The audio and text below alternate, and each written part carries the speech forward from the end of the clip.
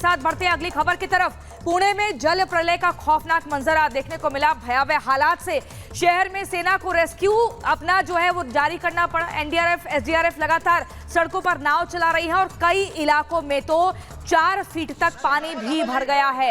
ये तस्वीरें देखिए, आपको बता रही हैं कि लोगों को कितनी मुश्किलों का सामना करना पड़ रहा है। चाहे फिर वो पूना की मुठा नदी की हम बात करें या फिर ये 2 तस्वीरें जो हमें बता रही हैं, एकदम बारिश का जो कहर है लोगों के लिए एकदम परेशानी का सबब बनकर किस तरीके से, देखिए वाहन यहाँ पर आधे से ज्यादा डूब गए हैं। आप सोचिए, ये गाड़ियां तो यहाँ पर पूरी तरह से खराब हो गई हैं क्योंकि पानी में जितना डूबी हुई है उसके बाद इनके ठीक होने की स्थिति बहुत ज्यादा लगती नहीं है। लेकिन यहाँ पर देखिए, बिग बॉल के जरिए हम तस्वीरों में आपको दिखाएंगे, लोगों के हाथ में छड़ी है। छड़ी के जरिए उन्हें अगला कदम कहां पर रखना है इस तरीके से वो जान रहे, पहचान रहे। कहीं ऐसा ना हो कि किसी टैंक के अंदर उनका पैर चला जाए और उनकी जिंदगी खतरे में पहुंच जाए। यहाँ पर एनडीआरएफ, एसडीआरएफ ने देखिए नाव निकाल ली है और नाव के माध्यम से लोगों को एक जगह से दूसरी जगह पर ले जाने का प्रयास किया जा रहा है। वहीं पर अभी देखिए रेस्क्यू टीम मौके पर मौजूद है।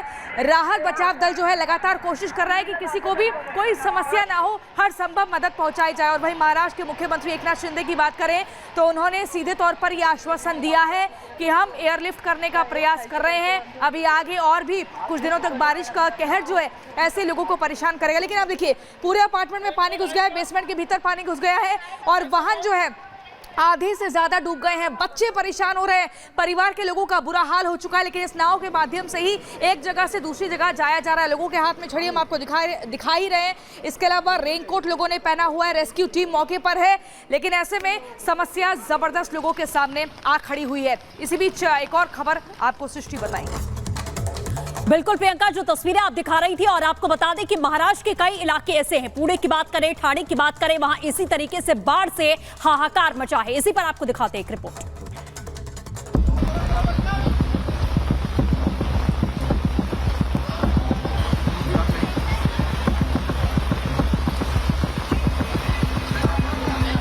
महाराष्ट्र पर मानसून तबाही बनकर टूटा है। जल का प्रहार ऐसा कि शहर डूब गए घर बार। तस्वीर महाराष्ट्र के पुणे की है। बहने वाली मुठा नदी का सैलाब सितम ढा रहा है। पूरे शहर में त्राही त्राही मची है।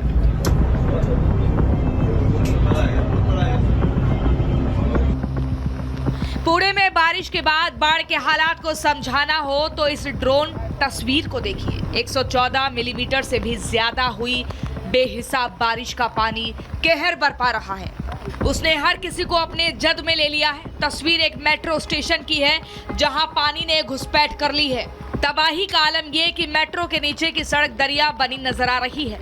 इसके रास्ते में जो आया वो बह गया। क्या बाइक, क्या कार। नदी के किनारे स्थित मंदिर भी लगभग डूब चुका है। डैम को ओवरफ्लो होने से बचाने के लिए 40,000 क्यूसेक पानी छोड़ा गया। पूरा पुणे पानी पानी हो गया।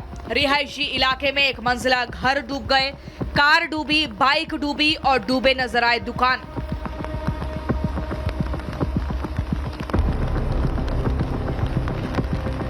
हाल ऐसा कि सड़कें, गलियां सब कुछ पानी में डूबे हैं। उसी से होकर लोग जाने को मजबूर हैं।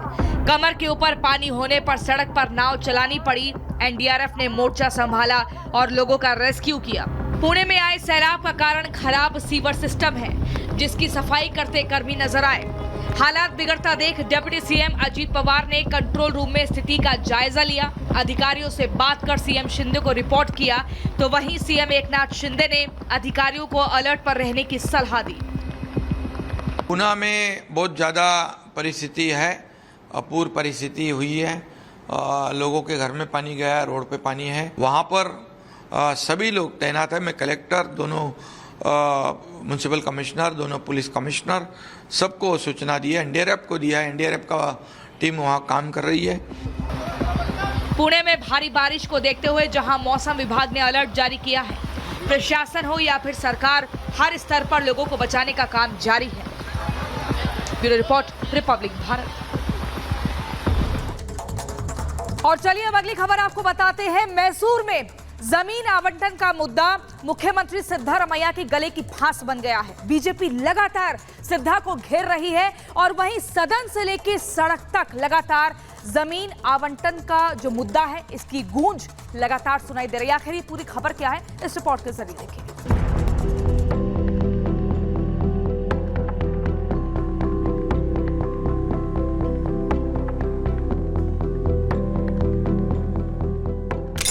क्या प्लॉट घोटाले में फंस गए कर्नाटक के सीएम? क्या पत्नी के नाम पर सिद्धा ने हासिल की सस्ती जमीन? विधानसभा में बीजेपी विधायकों का अनोखा प्रदर्शन। बहस की नहीं मिली अनुमति तो सदन में ही डाल दिया डेरा। ये तस्वीरें किसी गेस्ट हाउस की नहीं, कर्नाटक विधानसभा की हैं, जहां विपक्षी दल बीजेपी के विधायकों ने सरकार के खिलाफ प्रदर्शन किया। विधायक मैसूर जमीन घोटाले पर चर्चा की मांग कर रहे थे, जिसकी अनुमति न मिलने पर विधायकों ने विधानसभा के अंदर ही डेरा डाल दिया। दरअसल कर्नाटक की सिद्धारमैया सरकार पर मूडा जमीन घोटाले के आरोप लग रहे हैं। बीजेपी का आरोप है कि सत्ताधारी कांग्रेस पार्टी और सीएम सिद्धारमैया जमीन घोटाले पर बहस से बचकर भागने की कोशिश कर रहे हैं, इसलिए उसके विधायकों को सदन के अंदर ही प्रदर्शन करना पड़ रहा है। बीजेपी का आरोप है कि मैसूर शहरी विकास प्राधिकरण की जमीन के आवंटन में घपला किया गया। मुख्यमंत्री सिद्धारमैया की पत्नी पार्वती के नाम पर जमीन अलॉट किया गया। प्राधिकरण के सैकड़ों प्लॉट्स के आवंटन में राजनीतिक रसूख का इस्तेमाल हुआ। बीजेपी का आरोप है घोटाला करीब 4000 करोड़ का है। अब बीजेपी इस मामले की निष्पक्ष जांच और विधानसभा में चर्चा की मांग कर रही है, जबकि करीब 5000 से अधिक आवंटित भूखंड का आवंटन रद्द करने की मांग भी हो रही है। जो मैसूर अर्बन डेवलपमेंट अथॉरिटी वहाँ इलीगल कॉम्पनसेटिव साइट 14 साइट जो सिद्धरामैया का फैमिली लिया है, उसके बारे में चर्चा करने को उधर नहीं दे रहे हैं। इसलिए अपोजिशन तो पूरा रात भर स्ट्राइक किया है, आज भी करेंगे और विधानसभा के बाहर भी उसका चालू रहेगा। विधानसभा में बीजेपी विधायकों ने इस मामले पर जमकर हंगामा किया, लेकिन स्पीकर यूटी खादर ने इस मामले पर चर्चा की अनुमति नहीं दी, जिसके बाद बीजेपी विधायकों ने सदन में ही धरने का ऐलान कर दिया। फिलहाल कांग्रेस इस पूरे मामले को सियासी ड्रामा बता रही है। गुरुवार को भी इस मामले पर विधानसभा में जमकर हंगामा हुआ। कांग्रेस सरकार इस मामले पर पीछे हटने के मूड में नहीं दिख रही, जबकि बीजेपी भी घोटाले के आरोपों पर तेवर कड़े कर चुकी है। फिलहाल ये मामला मुख्यमंत्री सिद्धारमैया के गले की हड्डी बन गया है। सिद्धारमैया बीजेपी के आरोपों को गलत तो बताते हैं, लेकिन जांच और चर्चा से किनारा करने की वजह से जनता के मन में घपले का संदेह गहरा हो रहा है। Bureau report, Republic Bharat.